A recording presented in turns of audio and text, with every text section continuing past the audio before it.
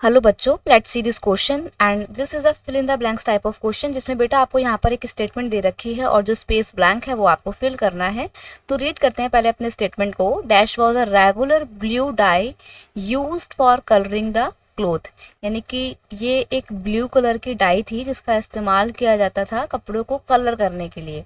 तो आपको बेसिकली उस डाई का नाम बताना है और वो डाई क्या थी? वो डाई थी इंडिगो की।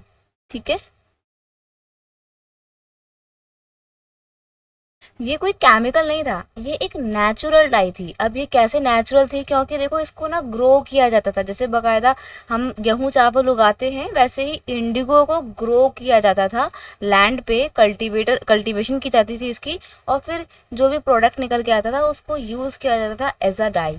अब इसकी जो डिमांड थी इंडिगो की वो लगातार ना लेट 18th सेंचुरी में बढ़ती जा रही थी। स्पेशली ब्रिटेन के मार्केट में इंडिगो की डिमांड बहुत ज़्यादा थी तो डिमांड बहुत ज़्यादा पहले से ही, मतलब बहुत टाइम से इंडिगो की डिमांड होती आ रही थी, लेकिन लेट 18th सेंचुरी में वो और ज़्यादा इंक्रीज हो जाती है। उसके पीछे कारण क्या है? The demand for indigo increase in the late 18th century in Britain because of the expansion of cotton production as a result of industrialisation. देखो क्या होता है ना, ब्रिटेन में आपको पता है लेट 18th सेंचुरी में इंडस्ट्रियलाइजेशन, औद्योगिकरण आ जाता है।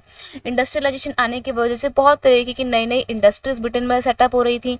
अब जब ब्रिटेन में इंडस्ट्री सेटअप हो रही थी तो कॉटन इंडस्ट्री भी सेटअप हो रही थी। कॉटन क्लोथ का प्रोडक्शन बहुत बढ़ रहा था। अब जब कॉटन क्लोथ का प्रोडक्शन बढ़ेगा, कॉटन को कपड़ों को बाहर मार्केट में बेचा जाएगा तो उनको और अट्रैक्टिव बनाने के लिए, उनको डाई करने के लिए कलर की ज़रूरत रहेगी। तो जितना ज़्यादा आप कॉटन के क्लोथ को प्रोड्यूस करोगे उतना ज़्यादा आपको डाई करने के लिए कलर चाहिए होगा। यही कारण था कि इंडिगो की जो डिमांड थी वो इंडस्ट्रियलाइजेशन के साथ साथ ब्रिटेन में बहुत तेज़ी से बढ़ती जा रही थी। तो इंडिगो की वजह से क्या होता है, कपड़े में ना ब्लू कलर किया जाता है, उससे कपड़ा बहुत ज़्यादा अट्रैक्टिव हो जाता है।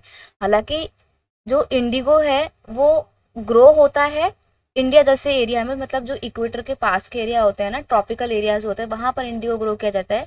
ब्रिटेन में इंडिगो को ग्रो भी नहीं किया जा सकता है, इसलिए ब्रिटेन अपनी जो इंडिगो की सप्लाई है उसके लिए पूरी तरीके से इंडिया के ऊपर डिपेंड भी हुआ करता था। तो इंडिया से ही उसका मोस्टली एक्सपोर्ट होता था, सॉरी मोस्टली इंपोर्ट होता था इंडिगो का। ठीक है, तो इंडिगो का है एक ब्लू डाई है जिसको कलरिंग के लिए यूज किया जाता था क्लोथ की। I hope you understood it well. Best of luck.